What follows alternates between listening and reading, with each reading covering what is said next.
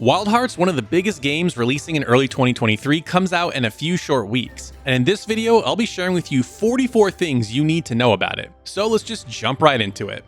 Now, the game releases on February 16th, 2023 for PC and February 17th, 2023 for PS5 and Xbox Series X and S. So it seems to be doing one of those split releases, and it's current gen only. And because of that, the game will be $69.99 or your local equivalent. Now, the game is being developed by Koei Tecmo owned Omega Force and is being published by EA. Kind of a funky combination, but hey, whatever works to get a cool game out. Now, Omega Force is mostly known for their Musou/Warriors games like Dynasty Warriors, Fire Emblem Warriors, so on and so forth. However, they did previously develop their own hunting game called Tokiden, and the team said they decided not to make this new one another Tokiden game because they felt like the world and the game mechanics were unique enough to stand alone as a brand new franchise. Now, hunting games like this are typically light on story, with Wild Hearts being no different, but here's the general setup. The game takes place in the world of Azuma, inspired by feudal Japan. The once peaceful kimono are now rampaging across this world, and you need to put a stop to them using ancient technology called karakuri, which I'll touch on shortly. The kimono are monsters that have fused with nature in some way. A couple examples would be a squirrel rat creature that has fused with flowers, or this boar that seems to be fusing with trees and vines. The developers said they wanted the monsters to feel threatening and challenging so you wouldn't feel bad killing them, which I appreciate that level of thought put into these designs. Now, after watching several previews, it seems like the story is much more organic than what you'd find in Monster Hunter. The mainline quests send you across the open world, and there's not one main base or hub. Instead, there are campsites scattered around the 4 biomes in this world that are based on the 4 seasons. Here at these campsites, you can set up camp, you can take on side quests, you can build your own structures and craft items. Now, the development team said that the game's campaign will take about 30 hours to complete, and for all of us that have played other hunting games before, we know that where the campaign ends, that's where the true game really begins. And speaking of which, let's dive into the gameplay.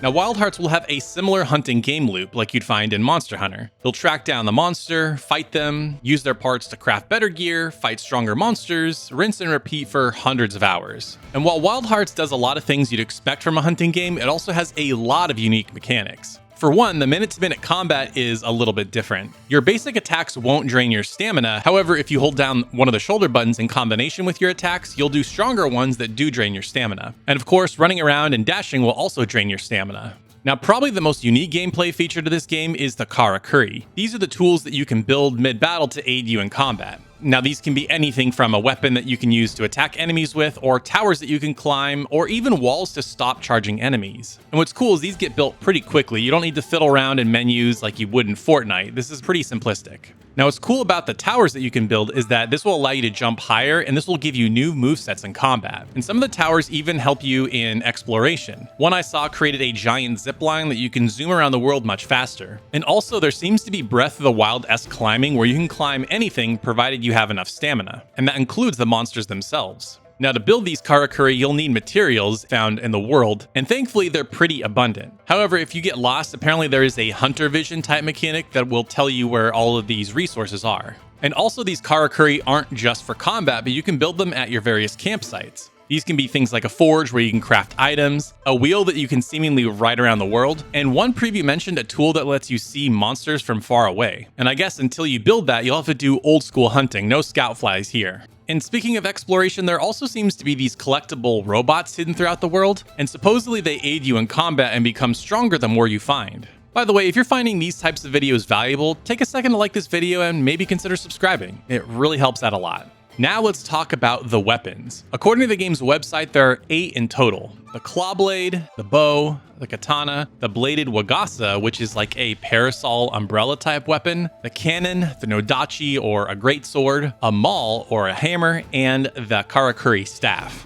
Now, I looked pretty hard and I couldn't find any gameplay of the nodachi or the maul, but I'll share what information I did find for the rest of the weapons.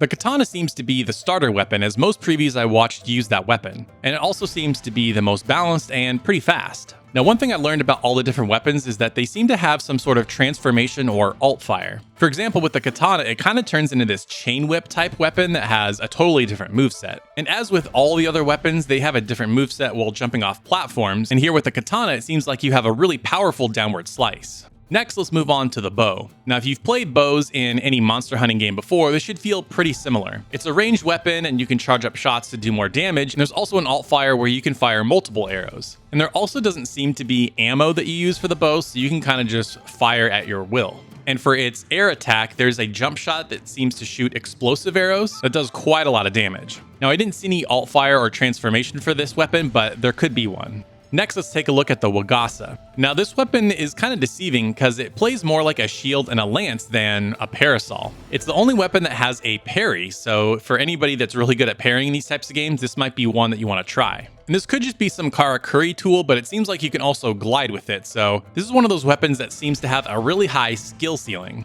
Alright, next let's take a look at the cannon. Now, they didn't show a lot of this, but it seems to be obviously a much slower and heavier hitting type weapon. Now, the normal attacks do shoot pretty fast, but the bigger charge ones take a while to build up. In one of the pieces of gameplay, it showed the character building a wall to protect themselves so they could charge up and kind of stuff the cannon as they were preparing a bigger attack. And it seemed to have shoot this like pretty constant, powerful laser type shot. Now, I couldn't find any footage of a character jumping with the cannon, so I'll be curious to see what that can do in the main game. Next, let's take a look at the claw blade. This looks really fun, but also seems to have a really high skill ceiling. It seems to look like a grappling hook of sorts, as you can attach it to the monster and swing around and perform these really fast acrobatic attacks. Again, there wasn't much footage of this, but so far it looks really fun. And lastly, as far as stuff that they've shown so far, is the karakuri staff. This thing looks wild. Now, of course, it does play like a normal bow staff, but then it has a lot of transformations. For one, it looked like you could break it in half and use it as dual blades. There was a shot that I saw where it transformed into like this giant greatsword, and there was also a clip where it looked like the character was transforming into a shuriken that you could throw. So for anybody that likes weapons that are really versatile, this might be the weapon you want to try.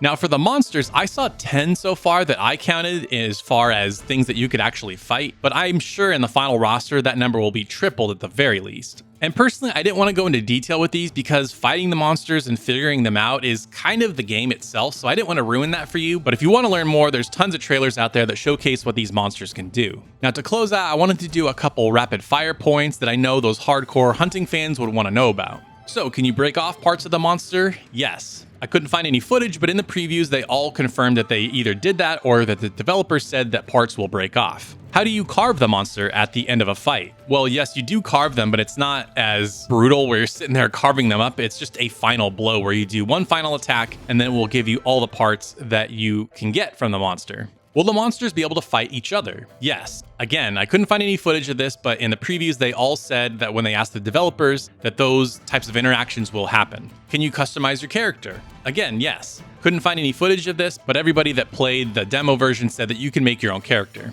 Can you play with your friends? Yes. However, unlike Monster Hunter where you can have 4 people total, in this it's only 3. And the developers said the reason for this was they felt that having 4 players with the karakuri, all the towers and stuff, got a little too chaotic, so they felt like with 3, it was a much more balanced experience. And is there crossplay? Yes, there is crossplay at launch. So whether you're on PC, PS5, or on Xbox, no matter where you are, you can play with your friends no matter what system everybody's on. Now, Wild Hearts doesn't come out for a few more weeks, but if you want to hear about all the JRPGs that released in January, be sure to check out this playlist right here. And special thanks to Reset Switch, Tyler Kuzawa, and the Miyazaki Man for supporting me over on Patreon. To get exclusive videos and other cool perks, consider supporting me over on patreon.com/thegamingshelf. Thank you so much for watching, and we'll see you next time.